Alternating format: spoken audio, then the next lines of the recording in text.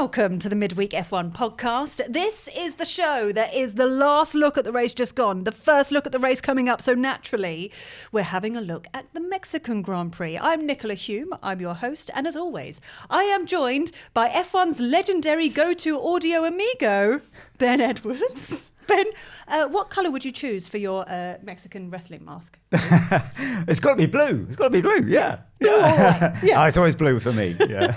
Now, if you've only just found our podcast, where on earth have you been? We've been doing this all season. But if you are watching on YouTube, then click subscribe and click the bell button. Then you get notifications every time a new video goes live. If you're listening, click follow. I think that's all the things. Over to you, Ben. Well, Mexican Grand Prix. There is so much to talk about really getting into this because Lando Norris now leads the championship by 1 point.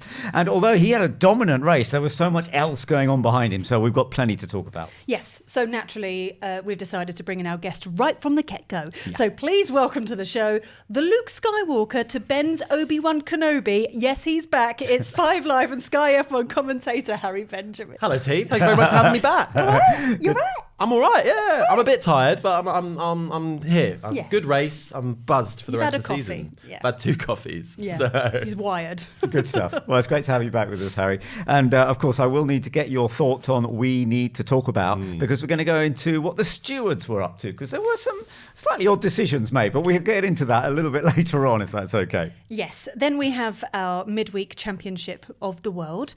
We'll see how well everyone did on points. One spoiler alert from my behalf.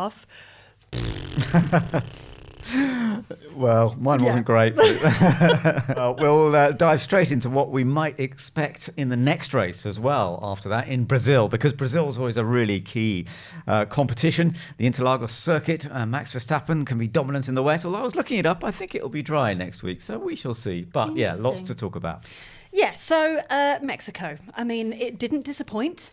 Very entertaining race, I think. Actually, it was one of the first ones that my husband stayed up and watched it with me. Normally, he watches the first couple of laps because he couldn't care less. Round of applause. I know, Scott stayed up. Normally, he's just like, oh, this is boring. But he actually stayed up and watched the entire thing because he was enjoying the strategies. He was enjoying the penalties being thrown out left, right and centre. And then the random virtual safety car at the end, which we will be discussing later on. It was a wild one. It was surprising in many ways because sometimes the Mexican Grand Prix can be a race where there's really no overtaking. It's a tough one to overtake. Yeah. And we could see that. You know, there were a lot of attempts that didn't quite come off, but there were also some really good passes and strategies that worked. Interestingly, and yet Lando Norris dominated. We'll talk about that in a moment. But also, what's interesting in the constructors' championship, this we know McLaren dominant. They've now got more than double the points of anybody else. That's crazy. It's incredible. They're already the champions, but. Who's going to be second, third and fourth? Because Ferrari just 1 point ahead of Mercedes, only 10 points ahead of Red Bull. Those 3 teams all fighting to be the next best. And then further down the order, you've got battles going from 6th to 9th. And in fact, that was interesting that Sauber lost out to Haas because they had been behind them. But a brilliant performance by Ollie Bearman that really helped Haas move up in the order. So in the Constructors' Championships, there's plenty to go on. But of course, it is the Drivers' Championship that we're really going to be getting into. Yeah. I do have a question quickly before we move over to producer Jim for our normal questions where we discuss the race. But when it comes to constructors, obviously that's all about money. So what's the actual money difference between coming second and coming third? Do we know? I don't think anyone knows the exact specific numbers that you get for wherever you finish. But between each position, there's tens of millions difference in dollars in terms of prize money. So fighting for second is still a huge deal compared to coming third. Absolutely. But that's why for those midfield teams as well, fighting for 6th when you're currently 8th is equally as massive, I'd say, for those guys. Yeah. Right. Okay. Producer Jim. Okay, let's start with the first corner. Hamilton gets a run on Leclerc, but Max gets a run on both of them. 3 into 1 doesn't work. Was Max lucky to not crash? And was Leclerc lucky not to get a penalty? Discuss. Oh, I think Max actually not crashing was brilliant. I mean, his driving style, to be able to do that, I would have seen other drivers trying to do that and crash into the barrier. He did that amazingly. He then got himself back onto the road, and then there was that bit of a battle, and he did let Hamilton through, which he kind of needed to do that, I think. Yes. Otherwise, I think there would have been a penalty of some sort. It was crazy, that first corner, wasn't it? I mean, there were so many cars going off. I think you've got to make it gravel. Yeah. It's grass at the moment. It's almost inviting you to cut the corner. George Russell was probably the most aggrieved by what happened. Yes. Because he felt like Verstappen basically just decided to cut the corner and gain a huge advantage. It was nip and tuck because when we rode on board with Max Verstappen, it was only millimetres away from the wall. Yeah. But he was still travelling at fast speed in practically a straight line. So he has that kind of momentum back on the exit at turn 3, down that short drag towards 4. So I can understand why George Russell felt particularly aggravated on that front. Equally, Charles Leclerc cut the corner at 3 as well, but immediately gave the position back to Lando Norris. But he didn't give it back to his teammate Lewis Hamilton. I was a bit surprised because Lewis was actually ahead of him. Well, he wasn't ahead of him, but they were very much together as they went down into that first corner. But he didn't get any penalty for it. Fair enough, in a way. But this is the thing: if you make it gravel, you're not having any of these kind of conversations, because everyone's going to be much more careful. But equally, if it is gravel, are we going to enjoy 4 cars going wide into going 4 wide into turn 1? Yeah. I don't know. The 2 Ferraris made contact at one point with the 2 wheels going face to face as they were squeezed right in between with Lando Norris on the inside and Verstappen basically braking too late and then bottoming out on the curb and then having to go across the grass out of control. Look, I saw it all, obviously, called it all, and I thought that was going to be a hard one for the stewards to try and decide, because it wasn't only the front runners that went off. We had cars in the back as well cutting the corner, and that's when it gets particularly tricky, placing everybody into where they should be. Ultimately, I think the stewards decided, obviously, it was lap 1, it's Mexico, and that's how everyone kind of got away with it. But it was by lap 21 that they went, okay, we're going to investigate it. Yeah, I agree. It took too long. And the way they investigated things and what order they did it in was very confusing as well, particularly with the Hamilton and Verstappen incident, which I'm sure we'll get onto as well. I was just a bit confused as to how the stewards were taking this. But look, they have to deal with so much in race control, don't they? And you can only imagine what's going through their heads. They're having to look at the replays. They're also keeping an eye on what's going on in the Grand Prix as it's live and happening. So ultimately, I think you have to put the lap 1 down to a race start, racing incident, that's racing, and carry on. But I think if you just put gravel there, problem solved. Yeah, but it was quite nice having a bit of rallycross involved though, wasn't it? Just throw some cars on the grass. What would we be saying if Verstappen had gone into the wall, though? Which so easily could have happened. Yeah. Yeah, it could have been. But also, as a viewer, I was a bit annoyed that we didn't see replays until lap 5. So I feel like we was watching it going, well, I need to see it again. Why can't I see it? But give me a replay. What's going on? Give me a flipping replay. No, I need it now. I need it now. That is always a tricky one, though, I do think, for production, because if you come off the early laps, there can be something happening within the first few laps. They know that there's going to be something happening on turn 1. They know that that's coming, and they know that by the end of lap 1, we want to see the replays immediately. I know. Yeah. I'm just saying. I do understand. Yeah. Right. Producer Jim. Okay, then it all goes off again on lap 6. Max and Lewis will bang. Then Max gets through. Lewis tries to repass and goes on the grass, then gets a penalty, and Max doesn't. Did the stewards get this right? Discuss. It was a tricky one, that, because Lewis did come, as soon as he came off the grass, he did put his foot down.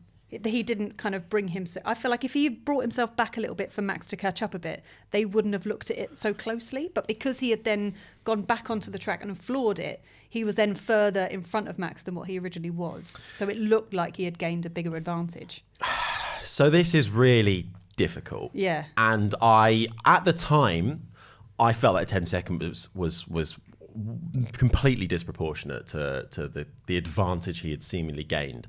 And I think for that incident, you've actually got to take it back to turn 1. That's where it initially started. It did, yeah. And at one point, when they come out onto that short straight down towards turn 4, I thought Verstappen might actually be giving the place back to Hamilton. I wondered. Yeah. He clearly didn't, because he broke so late for the next corner. But when you take that into context as well, it's basically all one big incident, because by the time they get out to turn 4, Hamilton's on the outside, he locks up, goes straight. Now, in the race director's notes, which we can get sent before a race, and they're often tweaks per race, they have specific rulings for running or run off and where you can rejoin. And this was perfect case in point. So Hamilton locked up and went so far into that runoff, he went past a little painted line, which means if you go past that line, you now have to cut back through the very, very thin bit of road that sort of snakes back just before you come into the right-hander of turn 6. And if you're Max Verstappen, though, where you still make the corner, but he ran deep, went all four wheels off, but still turned in, he is then within his rights to come back into that corner. He doesn't have to take the runoff area, he doesn't have to cut the grass. So they both run deep either way.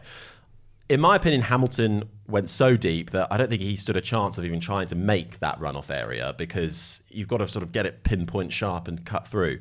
He then cuts across the grass.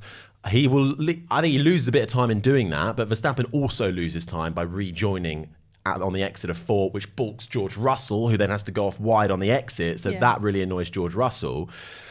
I think on reflection, with Hamilton rejoining, and as you say, he didn't lift off massively. I think if he'd lifted off a bit more, he might have got away with it. I think a 5-second penalty might have been slightly more appropriate. I do think he did gain something, but at the end of the day, they all messed each other up. It was very messy. Yeah. And the ultimate winner was Oliver Bearman. Yeah. Yes! Fantastic. Well, no, hold your thoughts. Producer Jim. Well, yes. My next question was, in all the craziness of Lewis versus Max, Ollie Bearman plays a blinder and nips through up to 3rd and ends up finishing 4th. Is Ollie Bearman now Rookie of the Season? Now we can discuss Ollie Bearman. Not quite, well. I was thinking. I thought he did a brilliant job. I was really, really impressed with what Ollie Bearman did, and particularly that time when we'll talk about this a bit more. When George Russell asked the team whether he could get past Antonelli and say, "I'll go after Ollie," but when he did, he never got very close. I was just keeping an eye on the gap. It just stayed the same. Ollie Bearman kept that gap. He never got him into DRS at that stage. Later on, that changed a little bit, but that was fantastic, I thought, by Ollie Bearman. Is he the best rookie? Well, Isaac Hadjar still has a bit more in terms of points, but it's very close. And Isaac's had 1 podium, but now, as you say, Ollie Bearman has had a 4th place. So they are pretty closely matched, aren't they? There's so many things to look at here, I think. And I loved that race from Bearman. I thought it was a proper statement drive. And to go wheel to wheel with Max Verstappen, opportunistic at its finest. Yeah. And he didn't back off because it was Max Verstappen. And he held his nerve, even on the way to the quick left-hander of 7 before it then goes into the S's. If you remember, that's where last year it was Lando Norris and Max Verstappen fighting, and we had all the driver guidelines nonsense. So Verstappen, no matter who it is in the car next to him, does not give an inch, even if he's on the back foot. So I thought Bearman held his nerve there. And again, the pace was strong, keeping Russell and the Mercedes behind, and Piastri towards the end as well, right? I thought a podium was there. Ultimately, when he switched to the 2-stop to cover off, I think, George Russell and the Mercedes, who also switched, that then went away. But I think he's definitely a contender for Rookie of the Year. But for me, Hadjar still has it just above him. But if Bearman continues this consistency to the end of the year, there's a strong case. I think Bearman rocketed up from 18th to 13th in the Drivers' Championship now. He's absolutely outclassing Esteban Ocon. He has an upgrade, has brought an upgrade, let's remember, last weekend in Austin. So could this be also a Haas car that's improved overall as well? And if we just think back to Australia and what a pretty terrible weekend it was for Ollie Bearman, big crash in, I think it was qualifying, and it was just a really rough weekend. And all the rookies have had rough weekends. Yeah. It's indicative of a rookie season, right? But he, I think in that race showed that he is one that will be with a top team in the next few years, whether it's Ferrari or someone else. I do have, it was the interview with him in the media pen afterwards, and he was so emotional. And he said, I've always dreamed of racing right up against Max Verstappen, and it happened. Then he got all emotional. Then the camera sort of panned around. Then it's on his family. His family is standing there crying. Everyone's crying. It was so lovely. It was so lovely, and he just seems like such a sweet boy. I'm in a way, I'm a bit gutted that it wasn't a podium, because obviously that would have been an amazing story for Bearman, but also for Haas, who I was going through the stats. I think they've done 209 races now in their career since they became a constructor. And they are, I think that's the longest a team has gone without a podium since, or second longest. Minardi is the only one that pips them at the moment. And their equal best result is 4th place with Romain Grosjean in Austria in 2018. And there's a great selfie, because Grosjean was on the ground in Mexico, I think, working for French TV. It's a great selfie of him with Bearman, congratulating him and going, 4th place men for Haas. But Haas are the only team in the ground effect era not to score a podium. I mean, they have 0 podiums to their name. So I kind of wanted them to get a podium just to get that off their back. Yet, 4 races, 2 sprints still to go. Who knows? Who knows? Producer Jim. Okay, behind Bearman was the Mercedes pair with a very sweary George Russell. After some spicy radio, the team swapped the drivers too late and lost out to Piastri and Bearman. What is going on with the Mercedes management? Discuss. Am I the only one that just finds it funny when you hear George Russell swearing? It just doesn't suit his face. No, it doesn't. It doesn't. I mean, he started the weekend well, didn't he? In a Lucha Libre mask on the Friday in the Forest going unnoticed, but then had to put a selfie on the gram as well to let everyone know he was Naturally. there. Ultimately, that decision was too little too late as far as I was concerned. I understand George Russell's frustrations. I think they should have swapped it much earlier. I'm sure they'll have their reasons. Some of them might be political. I don't know. But Russell has every right because Antonelli wasn't catching Bearman. I think Bearman was holding him about 1.5, 2 seconds. And Russell's been the quicker driver all year. Mm-hmm. And he even said, I'll give the position back if I can't get him.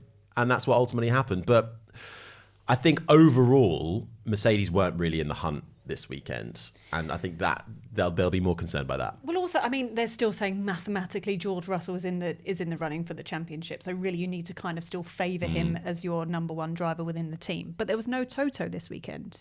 No, that's right. So that obviously makes a difference to the decisions that are being made a little bit.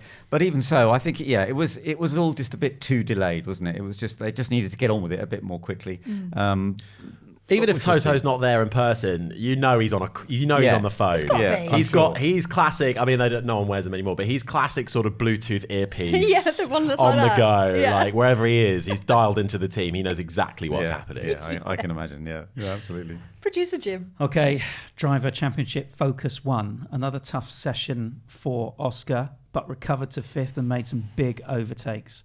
Psychologically, now he's second in the championship. Will it be easier to be the hunter rather than the hunted? Discuss. I was wondering this, I was wondering maybe the last few races it's just kind of, it's got to him a little bit. He's been struggling to kind of keep up his pace. Because if we were talking about Oscar 6 races ago, we'd be like, oh yeah, the championship's in the bag. He's absolutely going to win this thing. But the last few races, you're like, what on earth is going on? It was a bit strange, wasn't it? In terms of qualifying in particular. I mean, the race he seemed to do a better job. But of course, overtaking, as we know, is so difficult there. But qualifying, he just did not have that pace. And it was really interesting hearing from the team that they've analysed everything. The cars are the same, they say.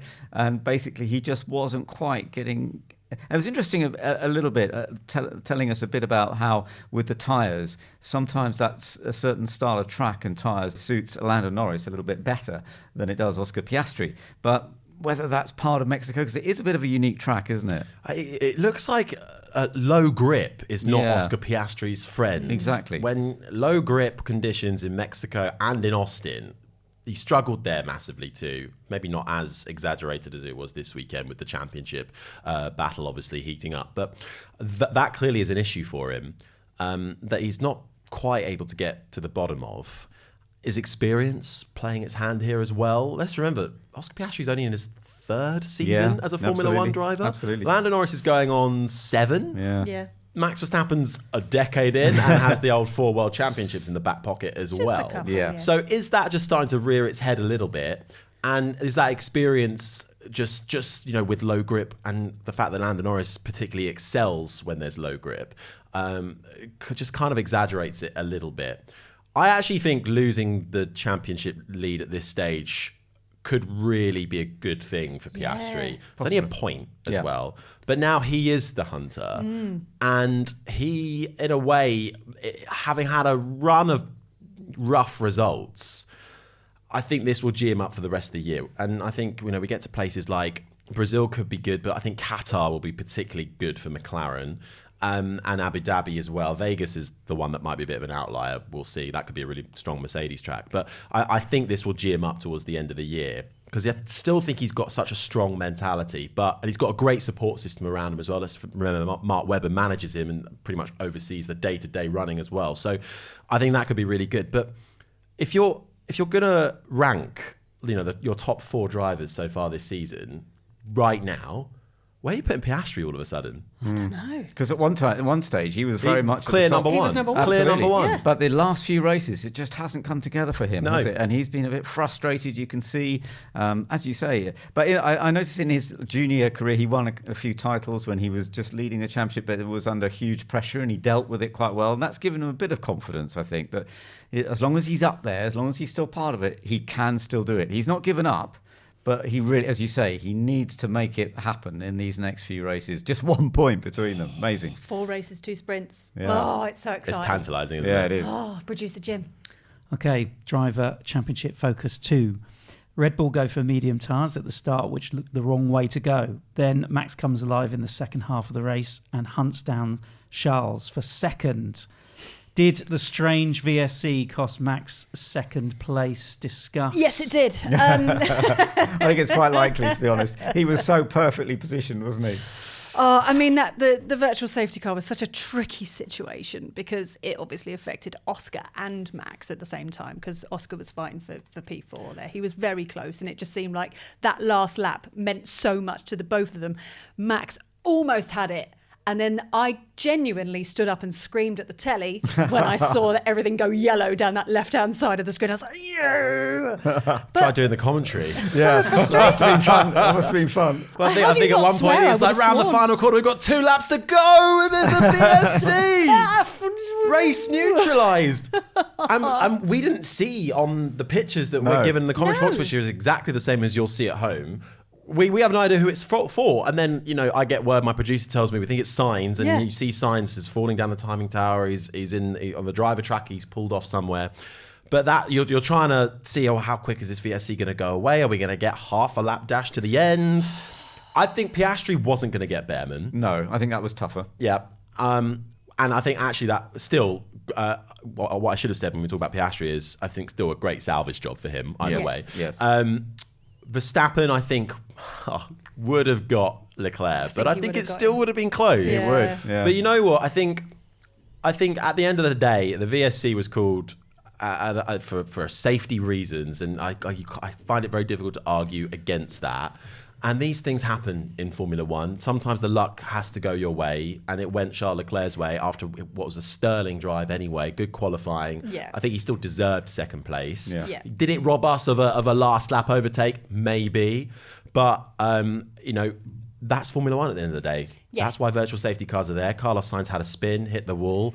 I think a majority of his cars seem to be behind a barrier in the Forest Sol. But I think from what we can tell, I've only seen an onboard.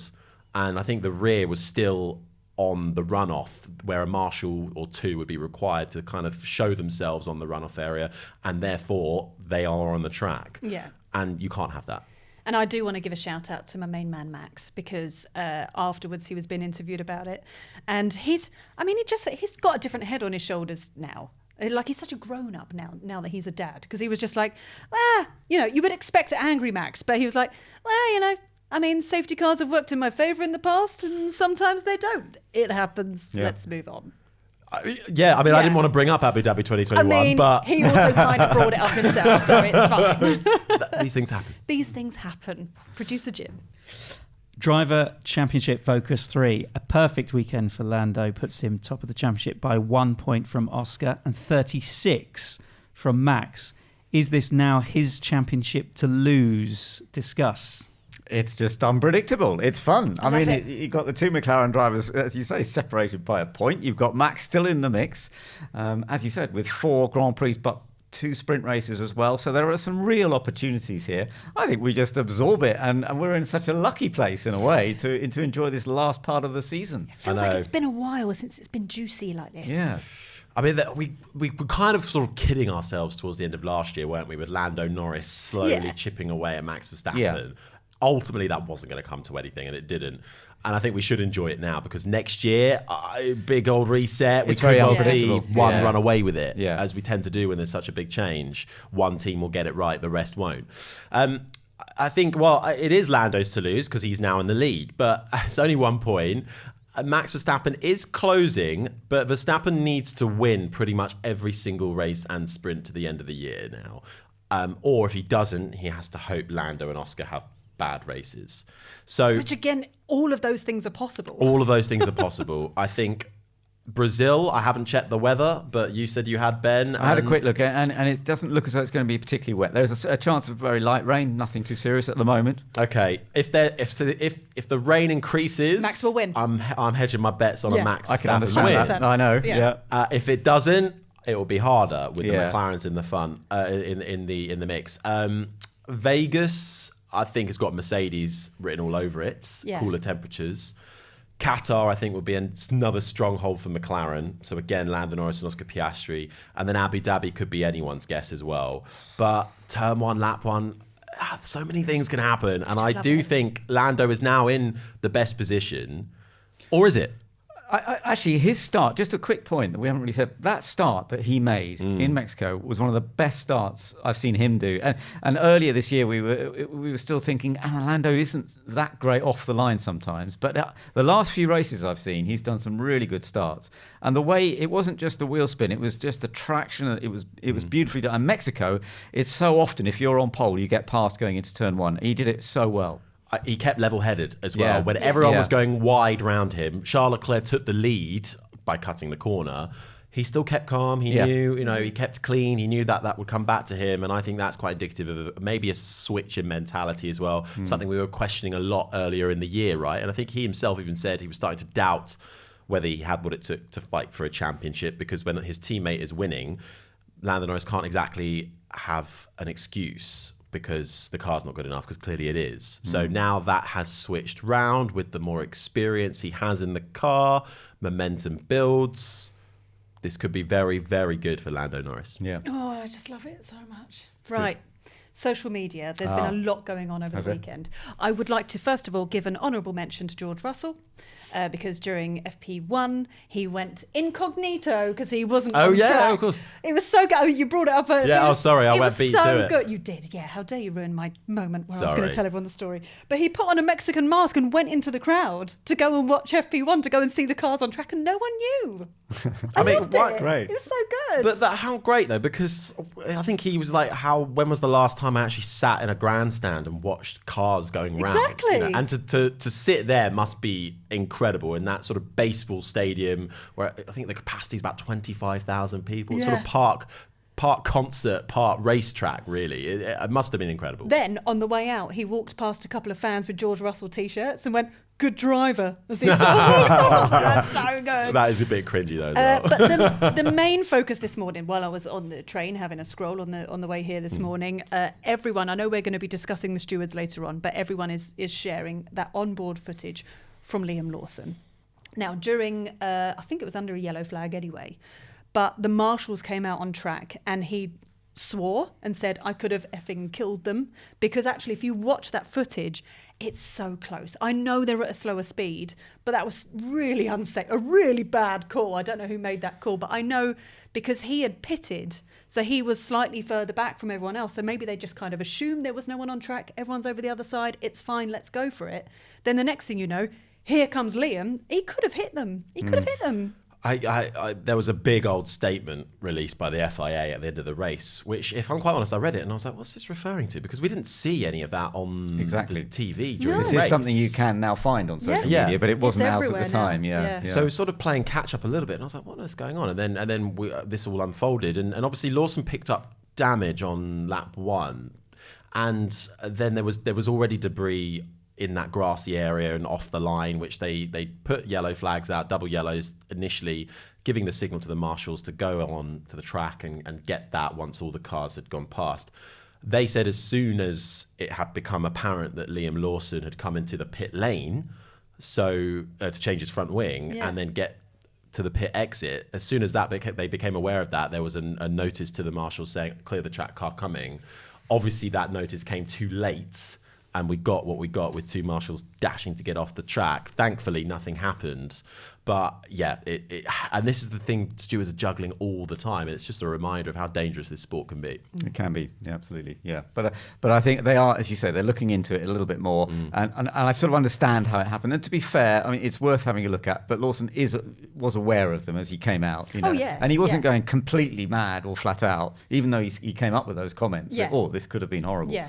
So top drivers have to keep their eyes open. That's what's part and parcel. Well, they're always looking at the next apex, aren't they? That's It's amazing where they're looking. But awareness is such a big part of being a top driver. So if you want to see the clip, it's literally everywhere on social media. While you're there.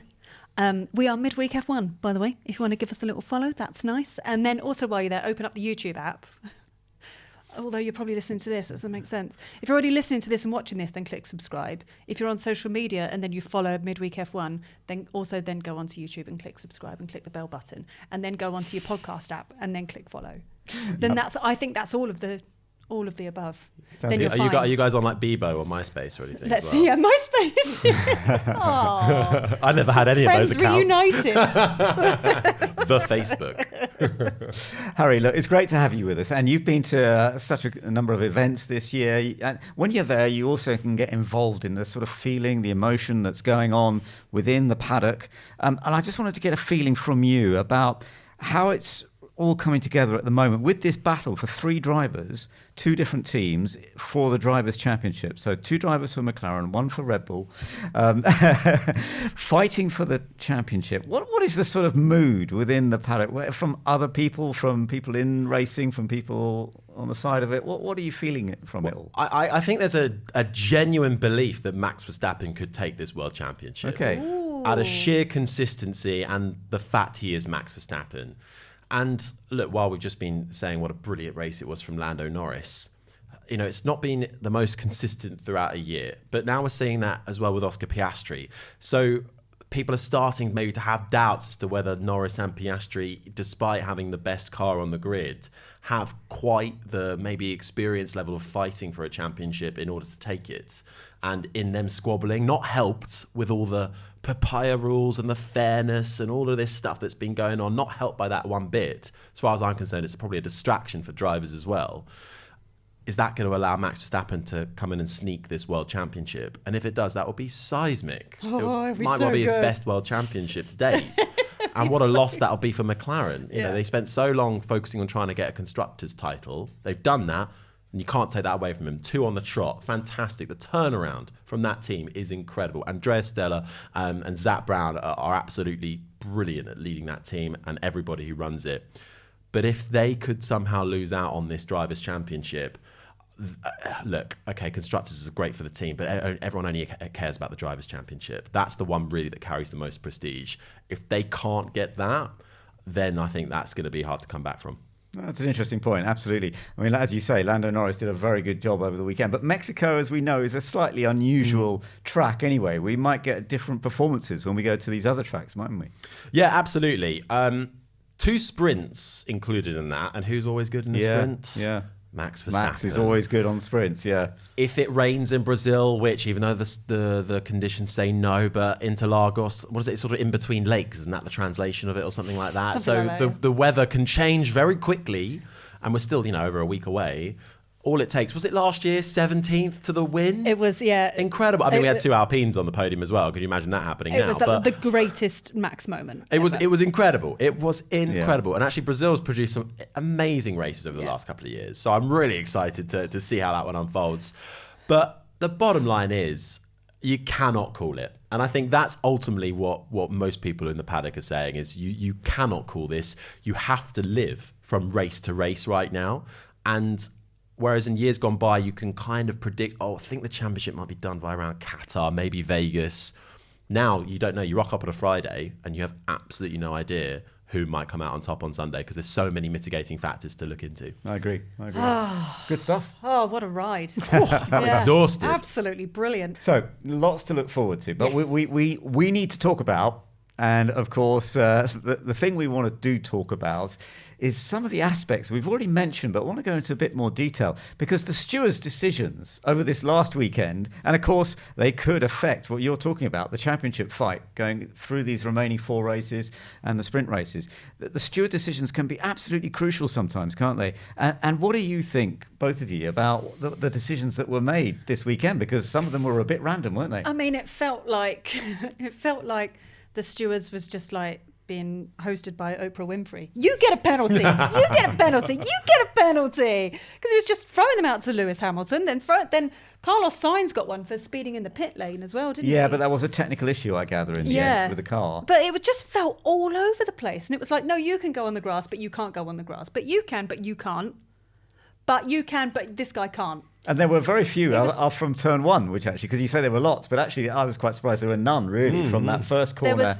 I think it got a bit too complicated and they thought, actually, you know what, let's just write that. I can understand that. Yeah. And then it was 20 laps later. Okay, now we'll have a little look at that thing. It just felt all over the place. Yeah, I agree. It was a bit frazzled, I think. I think the one that got everybody, obviously, was that robbed us was the call to put the VSC out at the end. Yeah. Some people thought, why? Yeah. The car seemed but there was to a reason, be in a safe place, as I said. But I don't have too much of a gripe with that. I did, as I say, have a gripe with the 10-second time penalty. I think maybe he should have got something. Maybe 5 seconds would have done it. And that would have been fine. Ultimately, Hamilton didn't really have the pace for a podium either way. So that one sorted itself out. I don't know. I just think ultimately what we saw was a bunch of racing incidents, quite frankly, overall. Yes. And that's kind of how they should have all been taken, in my opinion. And we always have this question of, should we have the same stewards at every event or should we have different stewards? And there are two mixes to this, because I do know that some stewards might favour a certain driver or a certain team, and if they were always doing the decisions, that might upset other teams. On the other hand, having different stewards, you always get slightly different responses, don't you? But if they're favouring a certain team, they shouldn't be a blooming steward. It's just as simple as that. Yeah. They need to. It's like football refereeing. And I haven't seen much favouring, to be fair. I haven't seen much favouring in recent times. I just think it needs to be a blanket set of people doing every single race. I'm inclined to agree with you, because consistency is best. It's an unpaid position. Yeah. It's a voluntary position. And there are always at least a couple of consistent stewards that do a few races in a row and then they have a few races off. So there's normally one steward from the previous round that carries over. But it's not always the case. And I think part of the reason it's unpaid, or at least this is what they're claiming, is that means no one can be kind of bought in any kind of way. And so that will ensure neutrality. If we pay no one, it's fine. Is the saying. And I just think it should be a paid position. Where's the money going to come from? I think Zach Brown's even said, well, if all the teams just club together, we'll pay for it. It won't be much, to pay for 4 people's salaries out of a Formula One team's budget. I think they'll be all right. Yeah. So I don't see why they can't do that. that. One team might give more than the other. Well, no, you'd have to keep it even. But then again, can you find 4 people who can commit to 24 races in a year? Teams don't do that. Broadcasters don't do that. Only the drivers do, but they're flying around in private jets and having their massages as soon as they get off the plane. No, that's true. Your number one mechanic's not getting that. So there are those factors to think about too. So we pay their salary and then give them a massage, and then it should be fine. Yeah, done. Okay. Great stuff. All right, guys, we've got to start looking ahead, and we've got to think about what's going to happen in Brazil. And we've already talked a little bit about how Max Verstappen was so dominant in that amazing race last year. But bear in mind, he's won 3 in Brazil in the last 5 events in Brazil. So for Max, it's looking very strong. Do we think, with him being a bit further away in the points, this is one of his chances to score back up? 100%. I think he has to. He has to win. It's interesting that Red Bull brought this new floor back in Monza, and then they added a few new tweaks to it last week, and kind of underwhelmed, really, didn't he, from qualifying, and couldn't challenge for the race win.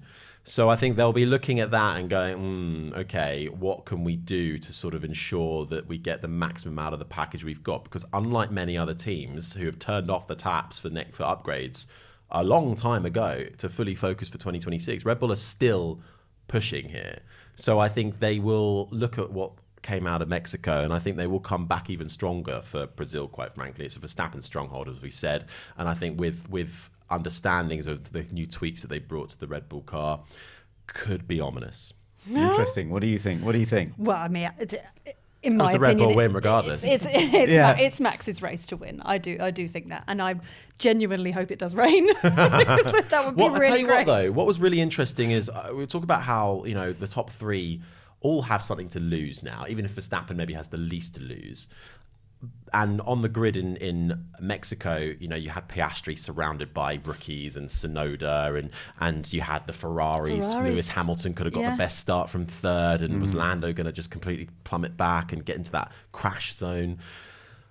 But they were all quite bold, actually. Yes, I agree. And even Piastri. Because of constructors, they're like the Mercedes and the Ferraris up there. They're still fighting for things. Exactly, but even Piastri was bold. With his move on Ocon, who is a mean operator when it comes to overtaking sometimes, and he wasn't afraid to make the move when it counted. Norris held his nerve on the inside down to turn 1, inside of 3 cars. That's brave. Yeah. And then you have, Max Verstappen, who I don't think ever gets flustered anymore. So that is really interesting and could keep the McLarens well, they will be in the fight, but could just keep them in that extra bit of wheel-to-wheel racing that we might see going through the S's or going down towards turn 4 in Brazil, where the big overtaking opportunities are. So I think it's going to be exciting. I do love the Brazil Grand Prix. I remember commentating on the 2012 one, for example. Don't get me started about that race. Sebastian Vettel won the title again, and it was fantastic. There have been some fantastic races there over all the years, haven't there? So it's got to be one we're looking forward to. If there is one thing anyone does before Brazil, it's to rewatch the 2012 Grand Prix. It was great.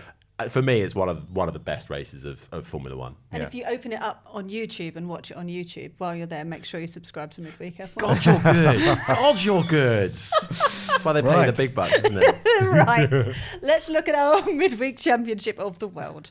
Now, you know how this works, Harry. We have to put in our predictions for the Brazilian Grand Prix. So you're going to get points for if you get P1, P2, P3 and fastest lap. You get them correct. 6 points, 4 points, 2 points, 1 point for fastest lap. Here is the table as it stands.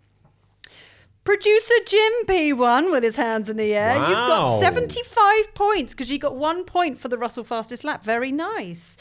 P2, Team Guest. Come on, 73 Guest. points. That's because Holly Samos got 8 points for Thank you, Holly. Lando. And then you've got me. I got nothing.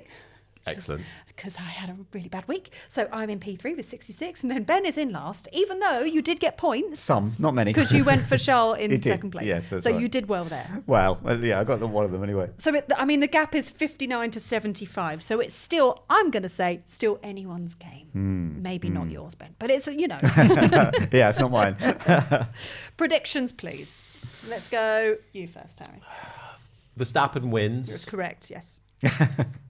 Piastri second. Ooh. Norris third. Interesting. Fastest lap, Russell. That's good. Interesting.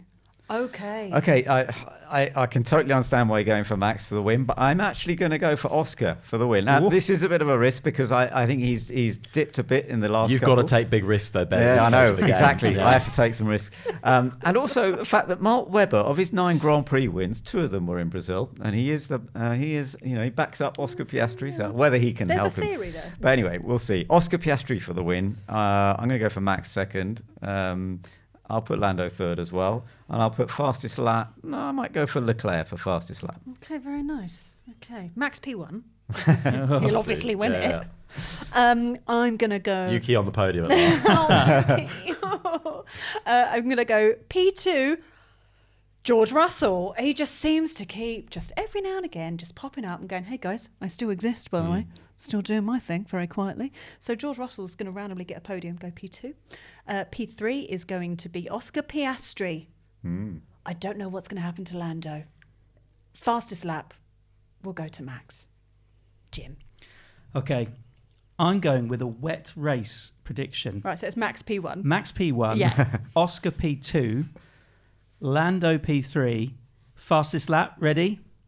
Bortoletto. Yeah. Give the Brazilians something to smile about. Yeah, I'll back that. So none nice. of us have gone for Lando top, even though he's delivered such a great Are we all job. subconsciously thinking we want this to go all the way to the I think wire? that, I do agree. Yeah. Or are we thinking he's had a good couple of weeks? He's about If we due could just a hiccup. invert the championship order for the next 2 races, Abu Dhabi is then for sure. But I gonna be a do firecracker. think Lando's driving really well at the moment. Yeah. I think he's doing a fantastic And job. Lando was about- good. then- Lando was good, And he's in been on Brazil pole in Brazil. last year. Does this Yeah. mean he's about due a mistake, though?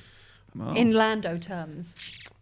Who knows? I think he's very strong at the moment. He seems to be right back to where he should be, Lando. For now. But we shall see. We shall see.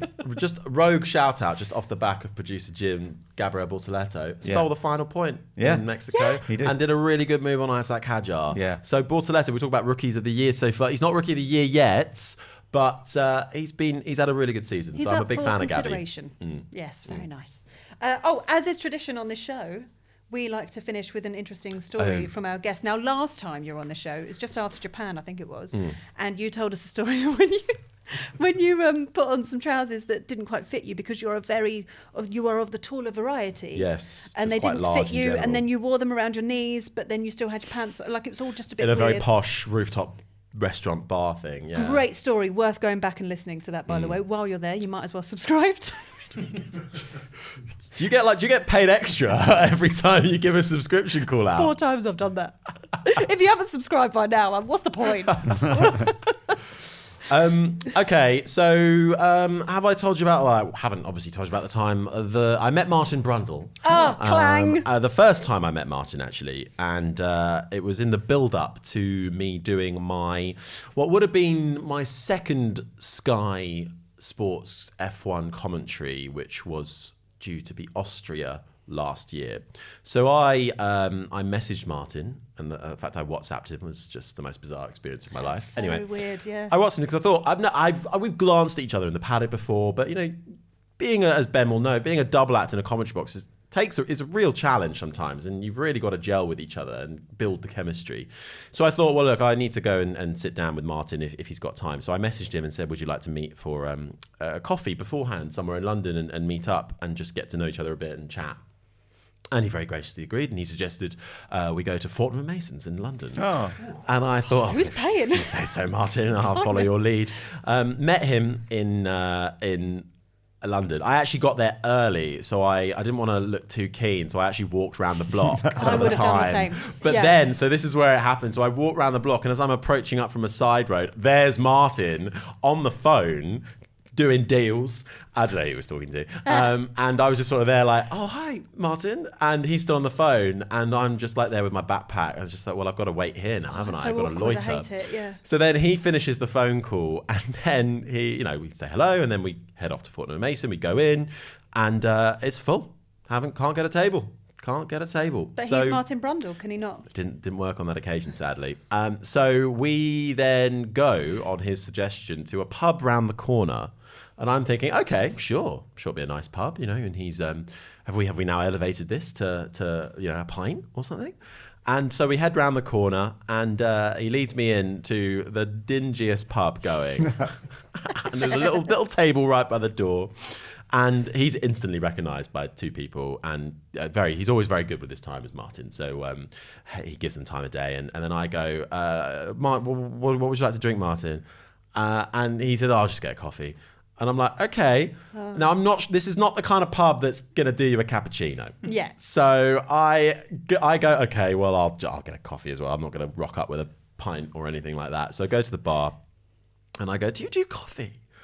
And they do, but it's like the worst coffee you've ever had. It's Nescafe from some weird sort of box.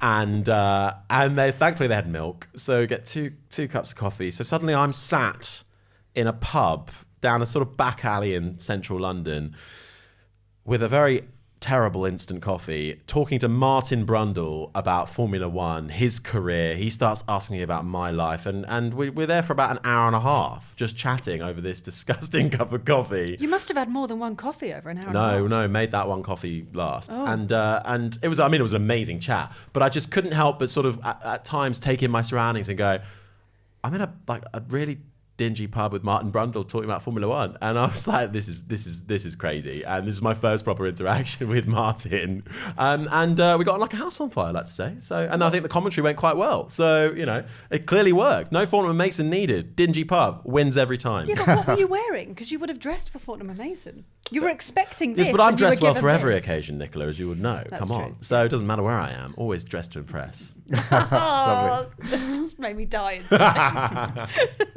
Oh, that's great stuff. We are now looking forward, of course. In 2 weeks' time, we'll be looking at what happened in Brazil, but we'll also be looking at what's going to happen in Las Vegas, one of the most unpredictable ones. Vegas, baby. So make sure you subscribe if you're watching on YouTube. There's a subscribe button. Going. So if you click on that, you go. I'll deal with this. Click subscribe. There's also a bell button. If you press that, you get notifications every time a new one goes live. And then wherever you're listening to your podcast, click follow. And then that's 5 times I've done that in this podcast. 5. I think if that's a follow, then an unfollow, follow, unfollow. Oh no, so we're back to follow. Oh, now. good. So okay, it's fine. No. Okay. One more time. And we'll see you next time. Indeed.